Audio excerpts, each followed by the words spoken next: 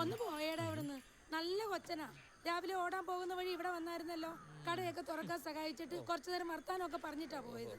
അല്ലാതെ ഇവിടെ ചിലരെ പോലെ മൂക്കി പല്ല് വന്നിട്ടും ഒരു പണിക്കും പോകാതെ തെണ്ടിത്തിരിഞ്ഞ് നടക്കുവല്ലേ. അല്ല, മോനെ ഉദ്ദേശിച്ചല്ല.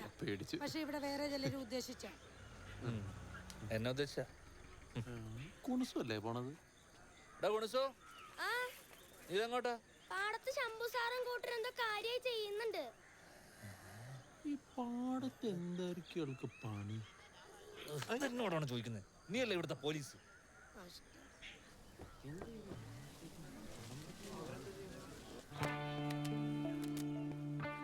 നീ ഒന്ന് മാറി മസനം പിടിച്ച് നിൽക്കാതെ. ഈ അന്വേഷണത്തിൽ എന്താടാ എന്നെ മാത്രം വിളിക്കാത്ത?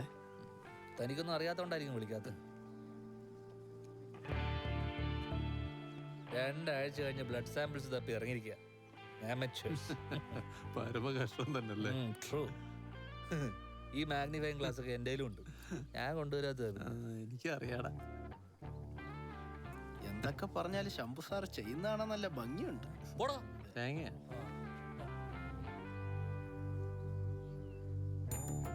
ഒരു നായാട്ടിന് പിറകെ 2 പുലികൾ.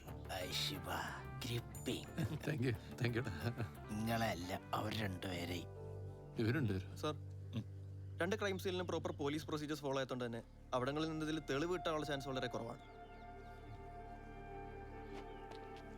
നമ്മുടെ ആദ്യത്തെ ടാസ്ക് കൊലയാളിയുടെ മോട്ടീവ് കണ്ടുപിടിക്കുക എന്നുള്ളതാണ്. അതിന് മരിച്ചവരെ പറ്റി ആഴത്തിൽ അന്വേഷിക്കണം. So let's start.